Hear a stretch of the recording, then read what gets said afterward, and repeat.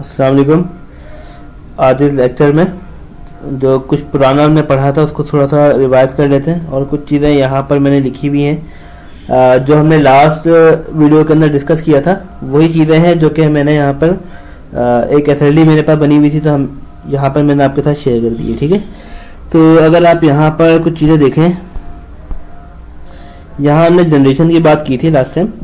तो last time जब हमने बात की थी जनरेशन भी आपके पास एक थर्मल होती है, ठीक है, एक होती है हाइड्रो पावर, एक होती है न्यूक्लियर पावर।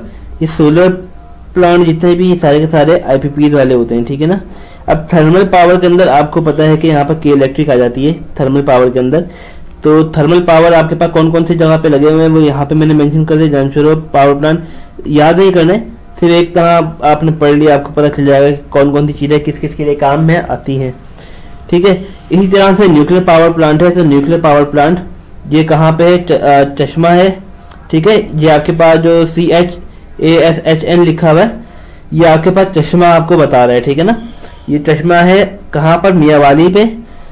ये चश्मा 1, 2, 3 ये जितने भी लिखे हुए हैं आपके पास ये मेनली इस्लामाबाद के ही प्रोजेक्ट हैं, ठीक है, जहाँ पर ये बने हुए मेनली। लेकिन जो चश्मा 1 है ये यहाँ पर डेवलप हो चुका है। और कैनप 2 है, जो कैनप 1 था वो अब बंद हो चुका है। अब जो कैनप 2 है वो अगर आप हॉक्सबे वगैरह जाते हैं तो वहां पर आपको चश्मे 2 का जो एक आइलैंड नुमा जो दिखता है वो अब बेसिकली वहां पे आपके पास कैनप है, जहां पर वो कैनप 2 है बेसिकली, ठीक है। तो वहां पर न्यूक्लियर पावर प्लांट लगा हुआ है। फिर सोलर पावर प्लांट आ जाता है जिसके अंदर डिफरेंट आईपीपीज हैं आपके पास। फिर हाइड्रो पावर है जिसके अंदर आपके पास वापडा आ जाएगा, ठीक है, जिसके अंदर हम डैम से थ्रू काम कर रहे होंगे। विंड पावर आ जाएंगे। तो ये दोनों आईपीपीज के साथ लिंक्ड हुए हुए। तो ये कुछ 5 तरह की जनरेशन है जो कि इस तरीके से होती है, जो कि हमने लास्ट लेक्चर के अंदर डिस्कस कर लिया था। तो आज जो हमने पढ़ना है वो है ग्रिड्स के बारे में।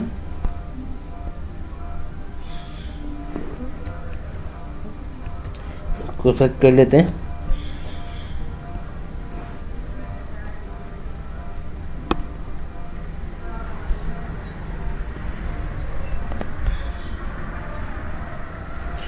तो यहाँ पर ग्रिड्स के बारे में भी हम पढ़ रहे हैं, ठीक है ना। ग्रिड्स, अब ग्रिड्स क्या है आपके पास? जिस तरीके से भी हमने लास्ट लेक्चर में देखा था कि आपके पास एक जनरेशन हो रही है, ठीक है, आपके पास एक ग्रिड्स बनते हैं, ठीक है। ये आपके पास जनरेशन आ गई है। ये आपके पास सब स्टेशन है। सब स्टेशन को मैं यहाँ पे अभी ग्रिड से ही रिप्रेजेंट कर देता हूँ, ठीक है। ग्रिड क्या करते हैं?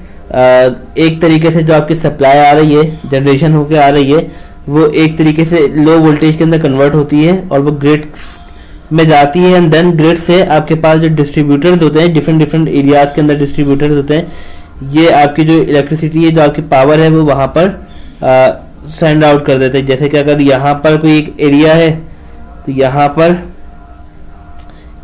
एक डिस्ट्रीब्यूटर होगा बीच में, जो कि यहाँ पर इलेक्ट्रिसिटी प्रोवाइड कर रहा होगा। ये कोई एक एरिया है तो बीच में यहाँ पे कोई डिस्ट्रीब्यूटर बैठा हुआ होगा। तो इस तरीके से जो ग्रिड है वो एक तरीके से हम कह सकते हैं कि वो आपकी जो इलेक्ट्रिकल पावर है उसको डिस्ट्रीब्यूट करवा रहा है, ठीक है ना। इलेक्ट्रिकल पावर को क्या कर रहा है? डिस्ट्रीब्यूट करवा रहा है। तो अब डिस्ट्रीब्यूट करवा तो रहा है। अब यहाँ पर जो ग्रिड्स है इनकी भी टाइप्स हैं। जैसे कि अगर मैं स्मॉल स्केल के ऊपर बात करूँ, स्मॉल स्केल का मतलब ये भी नहीं है कि एक बिल्कुल ही स्मॉल पैमाना होगा। इसको इस तरीके से ले सकते हैं कि एक एरिया, ठीक है, जैसे कि नाजमाबाद हो गया। तो इस तरीके से एक आपके पास एरियाज आ गए। तो अगर हम इसको बात कर रहे हैं माइक्रो ग्रिड के बारे में, जैसे कि कुछ टर्म्स हैं माइक्रो ग्रिड, पढ़ने से तो ये समझ में आ रहा है कि बिल्कुल छोटा सा ये होगा माइक्रो ग्रिड, बट ये बिल्कुल अलग है। अब माइक्रो ग्रिड है। अब माइक्रो ग्रिड होते क्या है? अब माइक्रो ग्रिड के भी डिफरेंट टाइप्स हैं, ठीक है। तो माइक्रो ग्रिड ऐसे होते हैं कि जो कि अपनी एनर्जी क्या करते हैं, वो खुद बनाते हैं और सिस्टम के अंदर अपनी एनर्जी भेजते हैं। जैसे कि मैं एक मिसाल दे दूं, ये आपके पास सोलर प्लेट्स लगी हुई बहुत ज्यादा, ठीक है।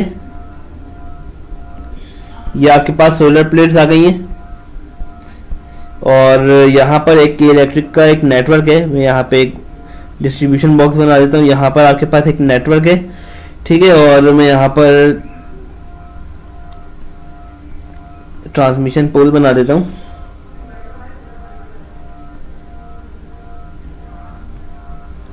एक मिनट देगा।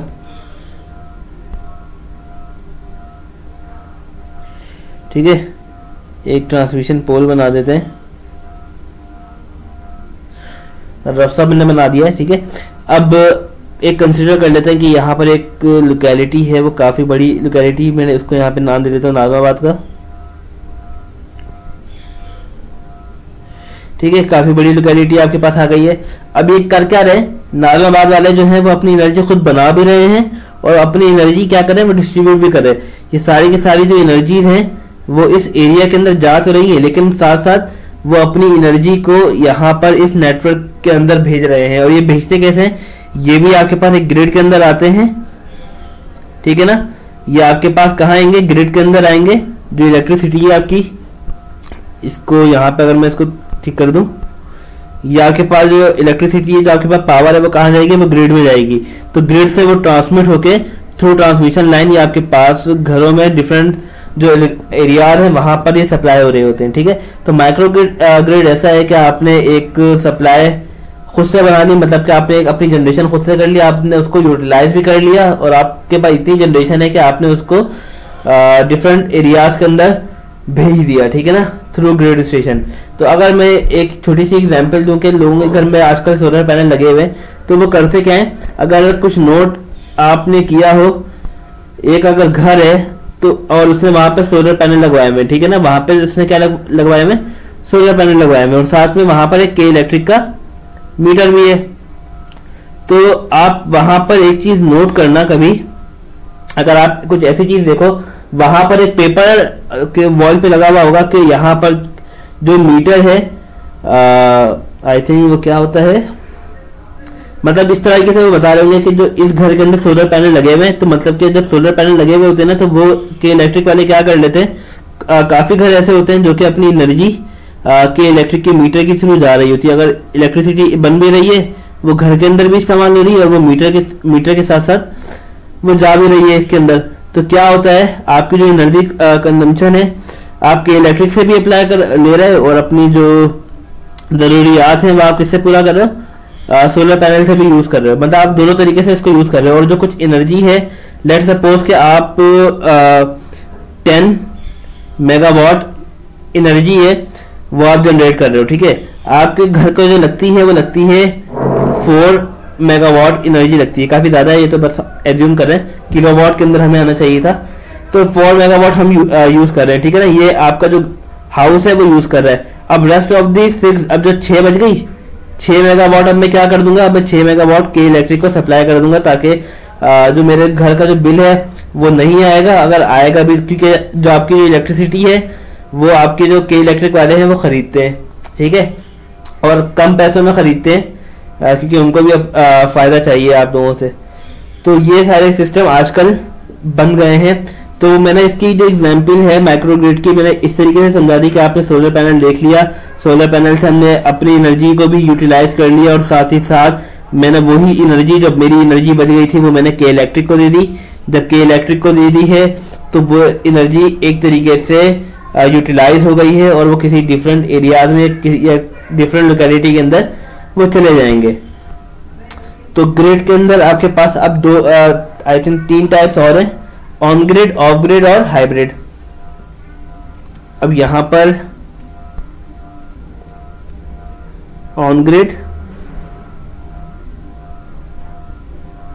ऑफ ग्रिड और हाइब्रिड। ठीक है ना, हाइब्रिड ऑन ग्रिड का मतलब ये है कि एक तरह से सिंगल सोर्स आप यहां पे कह रहे हैं कि सिंगल लाइक के इलेक्ट्रिक,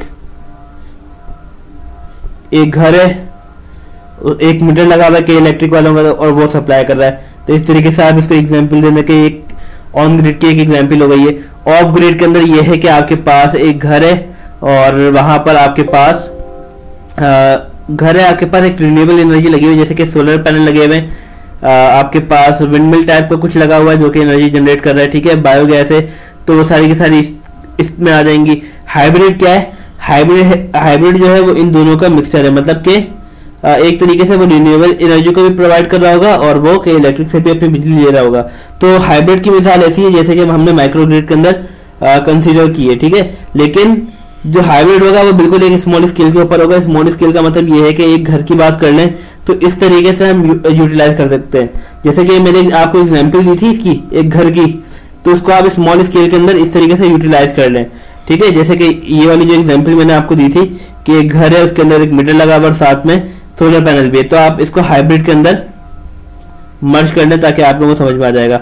और जो बड़े एरिया के थ्रू मैंने बताया था नाजमाबाद वगैरह, तो यहां पर आप माइक्रोग्रिड को एज अ माइक्रोग्रिड इसको कंसीडर करते हैं, ठीक है। तो यहां तक जो था अभी तक हमने सिंपल चीजें पढ़ ली है। अब कुछ चीजें हैं, मैं 2-3 चीजें हैं जो मैं बताना चाह रहा हूं, एंड देन फिर वीडियो को एंड करते हैं ताकि जो बिल्कुल बेसिक चीजें वो खत्म हो जाएंगी। अगर आपने हाई पावर ट्रांसमिशन लाइन है,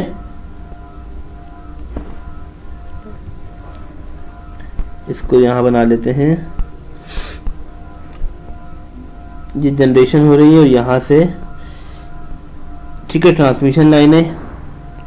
अब ये ट्रांसमिशन लाइन है, ठीक है। अब यहां पर क्या होता है, बड़े बड़े हाई वोल्टेजेस होते हैं, ठीक है ना। यहाँ पे हाई HV लिख रहा हूँ, high voltages stand for high voltages, ठीक है। तो हाई वोल्टेजेस यहाँ पर करते क्या है, अगर यहाँ पर हल्की सी भी सप्लाई कट होती है तो यहाँ पर आपको एक स्पार्क देखने को मिलता है। मैं यहाँ पे बना रहा हूँ, एक आपको स्पार्क देखने को मिलता है। वो स्पार्क क्या होता है, वो स्पार्क होता है आपके पास कोरोना, ठीक है। ये कोरोनल डिस्चार्ज होता है, कोरोनल लॉस होता है आपके पास।